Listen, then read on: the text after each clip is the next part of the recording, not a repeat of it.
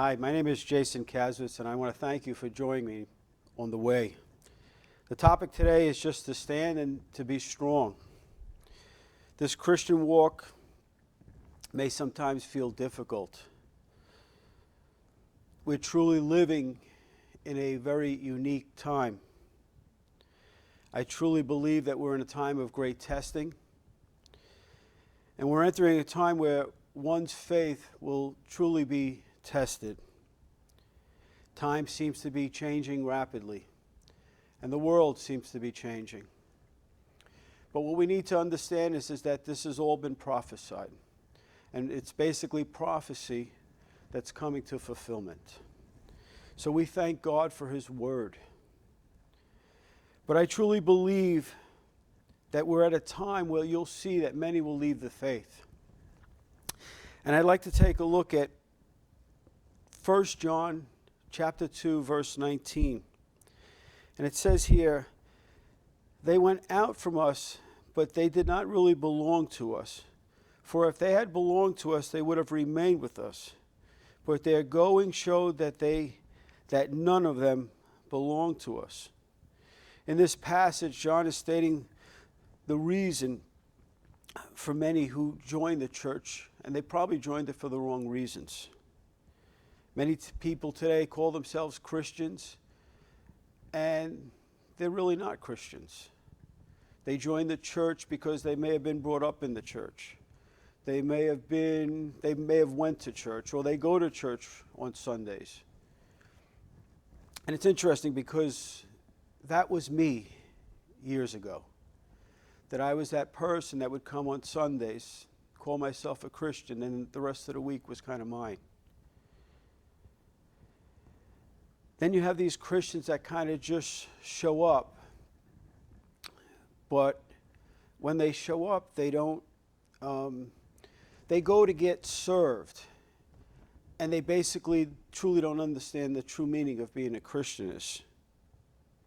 Here you could see it says that they were one of us. But if they were one of us, they would have remained. But they weren't one of us, so that was the reason that they left. We must understand to be a true Christian, it means that Christ has to be the center of your life. You have to have a relationship that regardless of the times, regardless of the seasons, when things are going good and when things are going bad. And you got to understand that during those times, there's a time that the Word tells us to stand. There's a time that the Word tells us to be strong. There's a time that the world tells us to be courageous. And we must have trust in the Word. And we must truly be strong in our faith, especially during these times. In 1 Corinthians chapter 16, verse 13, and I'm reading from the NIV version, "Be on your guard, stand firm in the faith, be courageous, be strong." But before I get into the translation, here in the AMP, it says, "Be on guard, stand firm in your faith, in God respecting His precepts, and keeping your doctrine sound." It goes on to say, "Act like mature men and be courageous, be strong." Here it's talking about the Corinthians who were waiting for Paul's next visit. And they were told to be on guard against spiritual enemies that might try to destroy or set up divisions or pride or get them to engage in sin. And what it's saying is that to try to avoid that, to make sure you're on guard for that, but to stand firm in what you believe, to stand firm in sound doctrine, to stand firm and courageous against false teachers.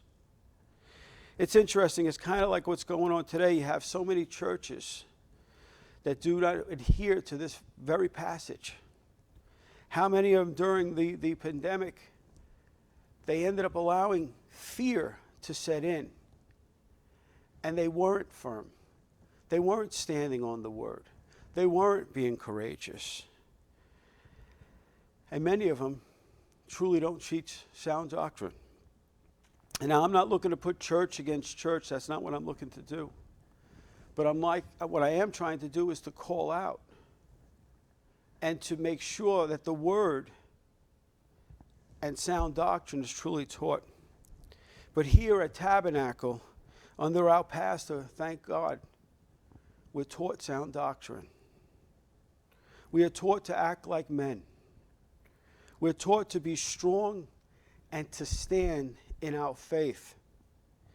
And here at Tabernacle, we also have some mighty women of God who are strong and who stand firm in the faith, and who once they open up their mouth, the enemy trembles because of their faith. Here you could see it's telling us to stand firm in the faith and be what God created us to be. In 2 Corinthians chapter 10, verse 5, it says, we demolish arguments and every pretension that sets itself up against the knowledge of God, and we take captives every thought to make it obedient to Christ. What it means is that we're choosing what we allow to penetrate into our mind. We must bring our thoughts into obedience. So whatever tries to enter that is contrary to the Word of God, we must take it captive, and it must become obedient to Jesus. And truth is in the Word. We need to guard our thoughts. We need to pay special attention to what's going on in our mind and what's going on in the world, and take those thoughts, regardless, negative. We must take them captive. And if those words, and even if they're good words, they must align to the Word of God. And remember, regardless of what's going on, there are seasons. And here in Ecclesiastes chapter 3, verse 1, it says there's a season, a time appointed for everything, and a time for every delight, an event or purpose under heaven. So there's a time for everything, but it's a time that God puts. In Ecclesiastes chapter 3, verse 3 through 4, it says there's a time to tear down, a time to build up, a time to weep, and a time to laugh, a time to mourn, and a time to dance. And here it's talking about the importance of timing. It's talking about seasons and how God has these seasons and these appointed times to fulfill God's plan. And even though we may face problems, they may seem to contradict God's plan, it shouldn't stop us from believing in Him and trusting in Him. In that the reality is that He is the solution for all of our problems. Jesus is the solution for what's going on in the world today. We must remember that there are seasons for everything. So I'd like to close with this. So we are to be strong. We must remember that we are soldiers in God's army.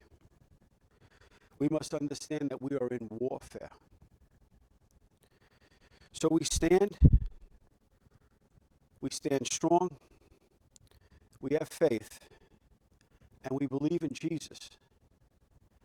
And we never give up. We engage in warfare. We speak it into existence. And I want to thank you for the opportunity to share this word with you.